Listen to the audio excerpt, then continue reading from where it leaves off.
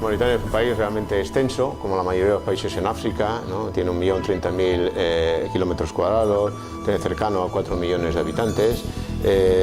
Políticamente es un país que consigue hace aproximadamente 55 años su independencia. Esto marca mucho lo que serían los procesos políticos, ¿no? País que a partir ya de la independencia, sobre todo de las colonias francesas, empieza a desarrollar una administración poco a poco. De hecho, la ciudad de Nouakchott es una ciudad que se estructura un poco después de la independencia y sobre todo aparece en una extensión mucho más grande cuando se producen las crisis alimentarias, pero a partir de aquí empiezan a ir sumándose lo que sería la estructura, una estructura administrativa más o menos occidental, con la convivencia de una organización de la sociedad más, digamos, tradicional, muy basada en las tribus y en las diferentes tribus y regiones y culturas que existen en el país.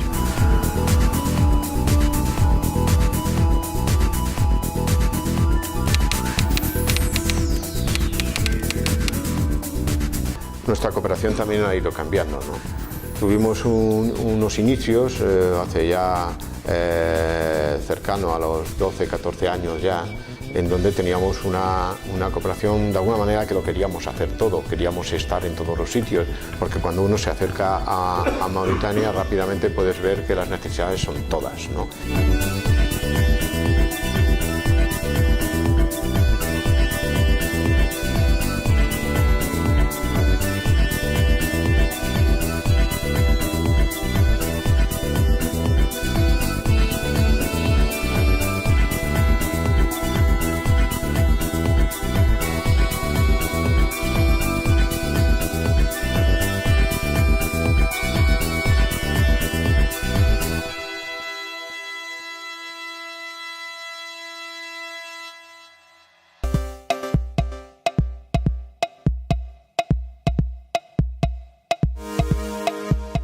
Hemos hecho muy buenas cosas en agua, evidentemente. Hemos aportado sistemas económicos de agua y de abastecimiento de agua potable o agua mejorada para las comunidades. Y hemos introducido incluso tecnologías muy apropiadas de muy bajo costo que no se utilizaban en Mauritania y ha sido primero con la cooperación española y hemos innovado, introduciendo sobre todo el tema de la irrigación. Una cosa lógica, pero que en Mauritania todavía hablar de la irrigación en el campo, en la producción agraria, es realmente como una novedad en un país que el 80% del territorio es desierto.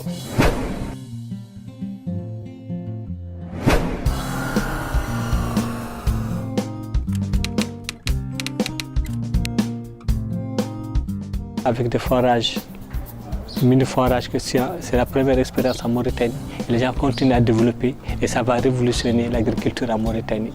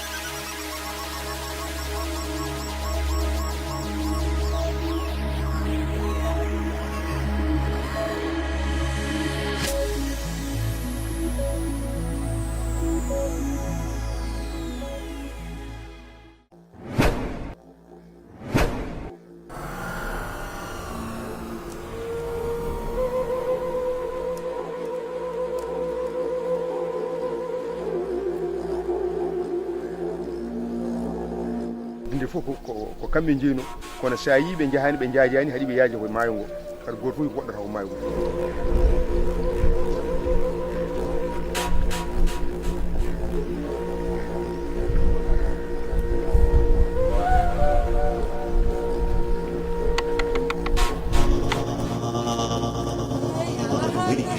Ugandema maayo wiyete maayo gesa baya mawba hoore gesa PPGA tugande mo ɗon ha heɓanma gaɓet to noora ari ummima funnangue so ari ha ɗo yettiɓe ngoɗo wuuro.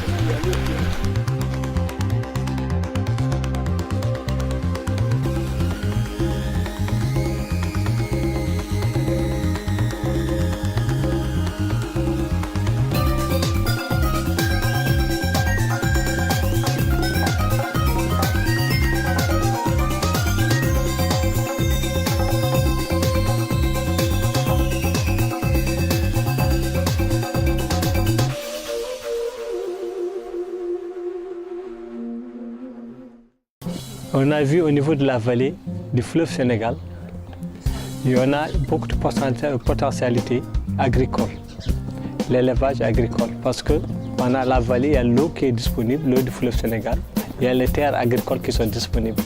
Mais malheureusement, c'est moins de 20 000 hectares qui est exploité actuellement en Mauritanie. Alors il y a un potentiel de 500 000 hectares qu'on peut irriguer.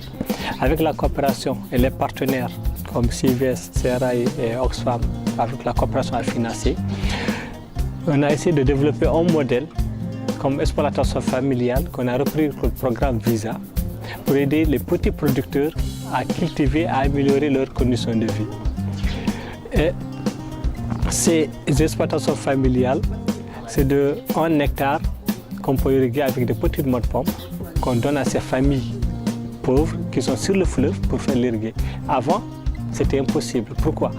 Parce que le modèle que les ONG ou le pays ou les coopérations ont mis en place, c'est de grosses modes pompes qui coûtent 3 millions d'ouguiya, qui n'est pas accessible au niveau des familles rurales. Donc c'est un modèle que les populations ne pouvaient pas répliquer.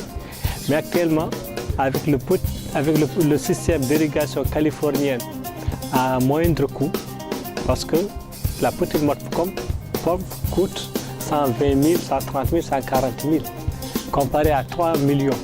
Ce n'est pas toutes les familles qui peuvent l'avoir. Donc avec ce modèle que la coopération espagnole a expérimenté en Mauritanie, que les ONG ont repris pour faire la division, et actuellement, même des gens on a fait des projets démonstratifs. Même quelqu'un qui ne travaille pas, qui n'a pas de projet, peut aller voir et acheter et mettre ça à la disposition de sa famille pour faire l'irriguer, parce que les terres sont là, l'agriculture est là. Parce qu'on ne peut pas être sur le fleuve, on dit on meurt de faim et de famine, alors qu'il y a l'eau et la terre qui est là. Donc c'est le système qui n'était pas adapté.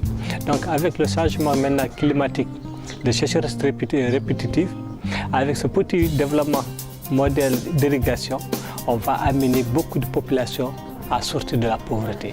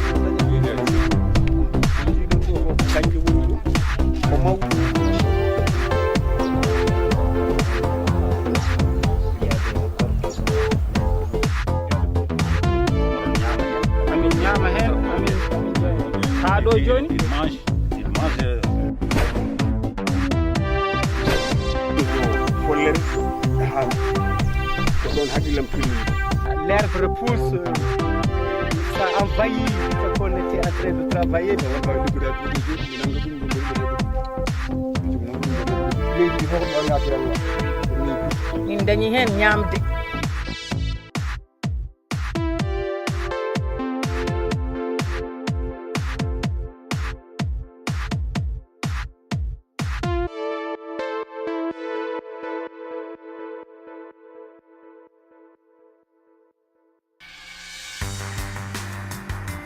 Oui, l'intérêt de la boutique pour la communauté, bon, d'après les membres qui opèrent dans la zone, trouvent que la boutique leur est très favorable parce que ça leur permet d'acheter moins cher et de produire, des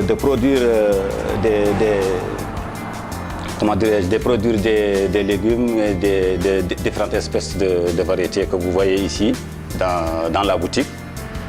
Et les membres du GIE et d'autres paysans qui opèrent dans la zone trouvent la boutique vraiment à leur portée.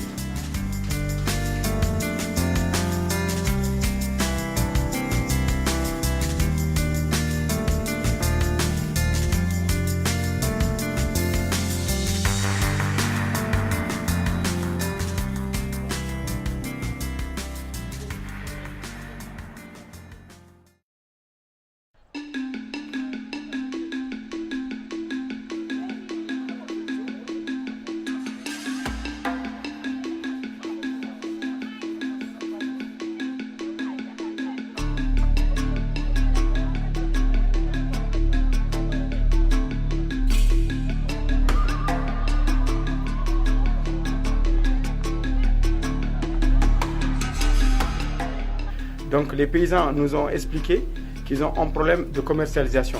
Parce que dès qu'ils enlèvent au niveau des surfaces irriguées et amenées au marché, vu qu'il y a beaucoup de chaleur et il n'y a pas de structure pour garder là-bas la production, à chaque fois il y a ce qu'on appelle de la production qui est gâtée, qui n'est pas conservable jusqu'au lendemain.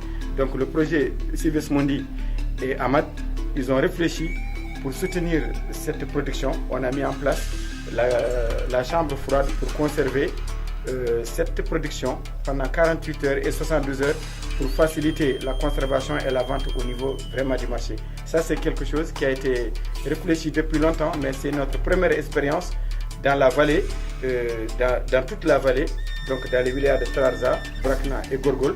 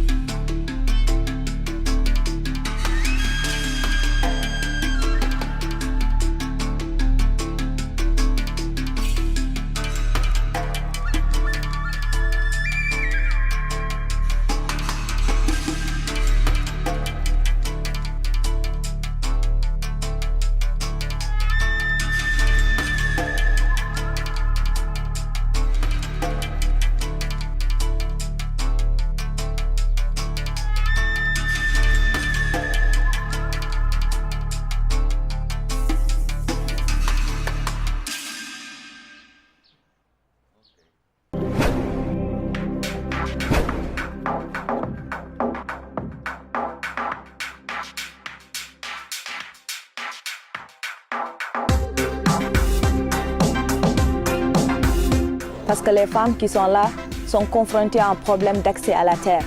La terre, traditionnellement, appartient aux hommes.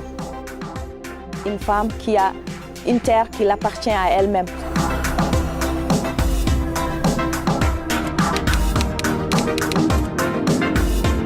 Donc les femmes qui sont là dans les coopératives, elles ont une taille de terre très petite. C'est les hommes des fois qui leur donnent de la terre, c'est-à-dire soit ils leur prêtent la terre, soit c'est un don.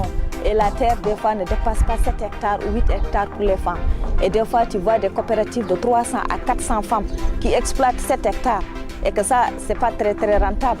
Même si les femmes travaillent très, très bien, si elles n'ont pas une grande superficie, elles ne pourront pas rentabiliser leur travail.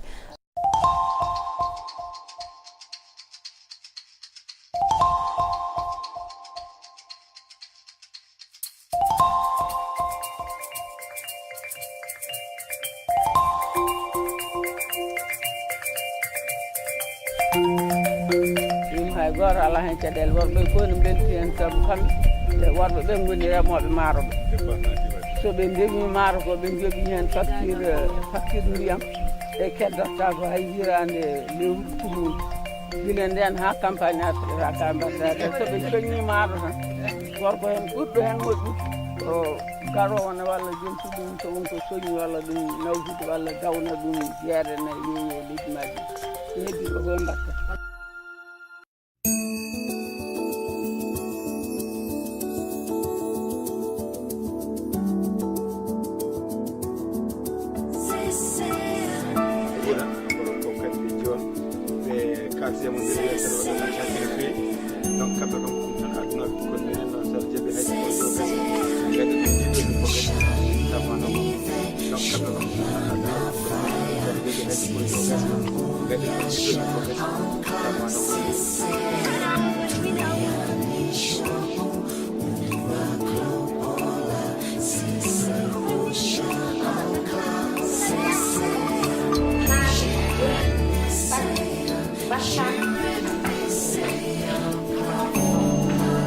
Donc on doit sensibiliser les femmes, les organiser pour qu'elles-mêmes elles partent au niveau de l'État, demander de la terre, que l'État lui-même octroie de la terre aux femmes. Parce que les femmes qui sont là, qui travaillent, elles apportent beaucoup au sein de la famille. Parce que tu vois une femme qui est là, qui travaille au périmètre, le peu qu'elle gagne, elle va venir pour subvenir, elle va essayer de subvenir aux besoins de ses enfants, c'est-à-dire aux besoins de la famille. Elle va essayer d'acheter les denrées alimentaires, elle va acheter beaucoup de choses pour nourrir sa famille.